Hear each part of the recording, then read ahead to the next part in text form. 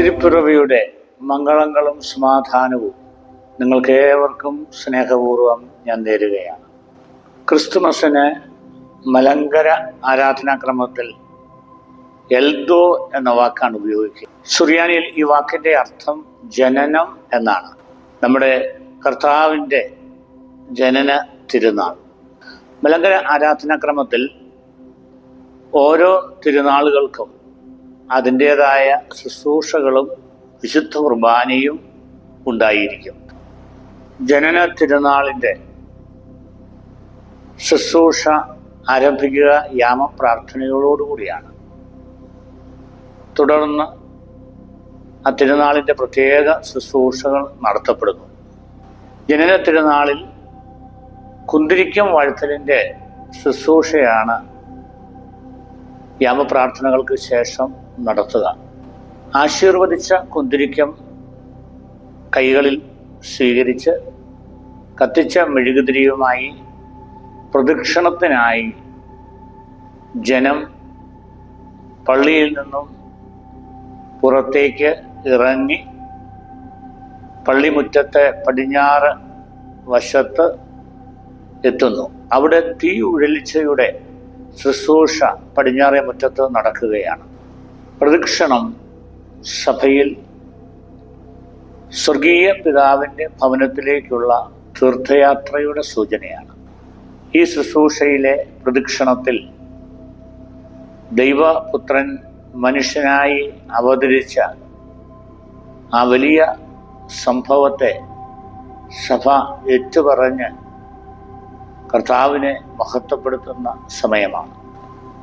സഭ അവളുടെ വലിയ സന്തോഷവും ആനന്ദവും ഈ പ്രദക്ഷിണത്തിലെ ഗാനങ്ങളിലൂടെ ദൈവത്തെ മഹത്വപ്പെടുത്തിക്കൊണ്ട് അറിയിക്കുന്നുണ്ട്. തലമുറകൾ തോറും ജനന പെരുന്നാൾ ആഹ്ലാദപൂർവം കൊണ്ടാടുന്നു എന്ന് പാടിക്കൊണ്ടാണ് പ്രദക്ഷിണ ഗാനം തന്നെ ആരംഭിക്കുക. ദൈവപുത്രന്റെ മനുഷ്യാവതാരം ഒരു മഹാരഹസ്യമാണ്. മനുഷ്യ ബുദ്ധിക്കും ചിന്തയ്ക്കും അതീതമായ രഹസ്യം. പ്രപഞ്ച സൃഷ്ടാവായ ദൈവത്തിന് എങ്ങനെ ചെറിയവനായി ഒരു പുൽക്കൂട്ടിൽ വന്ന് പിറക്കുവാൻ സാധിക്കും? ദാസന്റെ രൂപം ധരിച്ച അത്ഭുത ശിശുവിനെ സഭയുടെ വാഴ്ത്തി പുകഴ്ത്തുകയാണ്. നീണ്ട പ്രമിയോൻസദറ പ്രാർത്ഥനകളിൽ ഈ ആശയം കൂടുതൽ വ്യക്തമാക്കിക്കൊണ്ടുള്ള പ്രാർത്ഥന നമുക്ക് ശ്രവിക്കുവാൻ കഴിയും. തുടർന്ന് നമ്മുടെ കർത്താവിൻ്റെ ജനനത്തെ പ്രതിപാദിക്കുന്ന സുവിശേഷ ഭാഗം കാർമീകൻ വായിക്കുന്നു. സുവിശേഷ വായനയുടെ മധ്യേ കാർമീകൻ ഒരുക്കിയിരിക്കുന്ന കുഴിയുടെ 4 വശങ്ങളിലും തീ കത്തിക്കുന്നു. തീക്കുണ്ടത്തിന് ചുറ്റും വൈദികനും ജനങ്ങളും പ്രദക്ഷിണം നടത്തുന്നുണ്ട്. ആ സമയത്ത് അവരുടെ കൈകളിലെ കുന്തിരിക്കവും അവർ തീക്കുണ്ടത്തിലേക്ക് നിക്ഷേപിക്കുന്നു. ഒളിവ് നിറഞ്ഞൊരീശോ എന്ന ഗാനമാണ് ഈ സമയത്ത് അവർ ആലപിക്കാറുള്ളത്.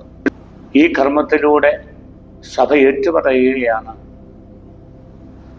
നമുക്ക് വേണ്ടി രക്ഷകനായി ജനിച്ച യേശുക്രിസ്തു നമ്മുടെ ജീവിതങ്ങളുടെ പ്രകാശമാണ്. അവൻ്റെ പ്രകാശത്തിലാണ് നാം ജീവിക്കുന്നത്. അവൻ സ്വയം ശൂന്യനാക്കി തന്നെ മനുഷ്യവംശത്തിന് രക്ഷകനായി സമർപ്പിച്ചവനാണ്.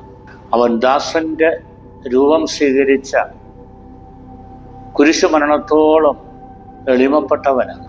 തൻ്റെ ജീവനെ അങ്ങനെ പ്രകാശമായി അവൻ നമുക്കായിട്ട് നിത്യമായി സമർപ്പിച്ചവൻ. അതിൻ്റെ വലിയ പ്രതീകമാണ് തീക്കുണ്ടം.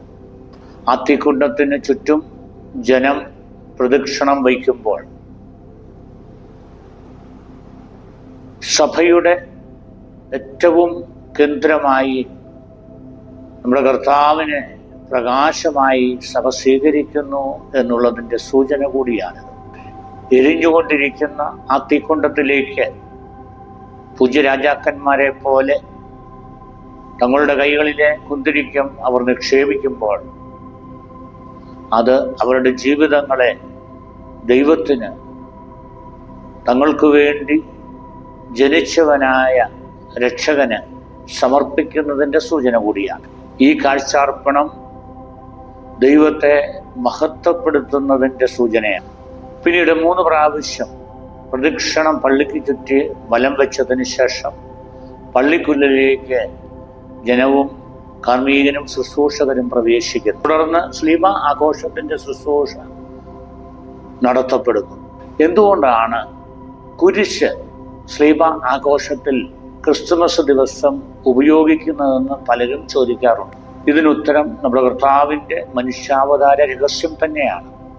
നമുക്ക് വേണ്ടി ശൂന്യനാക്കപ്പെട്ട ദൈവപുത്രൻ പുൽക്കൂട്ടിൽ മനുഷ്യനായി അവതരിച്ചത് അവൻ്റെ സ്വയം ശൂന്യതയുടെ തുടക്കം മാത്രമാണ്.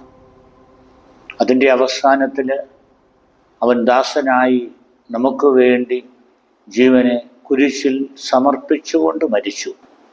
ആ കുരിശ് അവൻ്റെ സമഗ്രമായ സ്വയം ശൂന്യതയുടെ വലിയ ചിഹ്നവും പ്രതീകവുമായി നമ്മുടെ മുൻപിൽ നിലകൊള്ളുന്നു. അതുകൊണ്ടാണ് സ്ലീബ ആഘോഷത്തിന് നാം കുരിശ് ഉപയോഗിക്കുക. നാം ഈ അത്ഭുത ശിശുവിനെ ആരാധിക്കുകയും മഹത്വപ്പെടുത്തുകയും അവന് സ്തുതികളുടെ വലിയ ഗാനങ്ങൾ ഇന്നേ ദിവസം ആലപിക്കുകയും ചെയ്യുക ഉചിതമാണ്. സഭാമക്കൾ അതിൻ്റെ വലിയ സന്തോഷത്തിലും ആനന്ദത്തിലുമാണ്. നിങ്ങൾക്ക് ഏവർക്കും ഒരിക്കൽ കൂടി ക്രിസ്തുമസിൻ്റെ എല്ലാ മംഗളങ്ങളും ഹൃദയപൂർവ്വം നേരുന്നു. ദൈവം നമ്മളെ അനുഗ്രഹിക്കുമാറാകട്ടെ.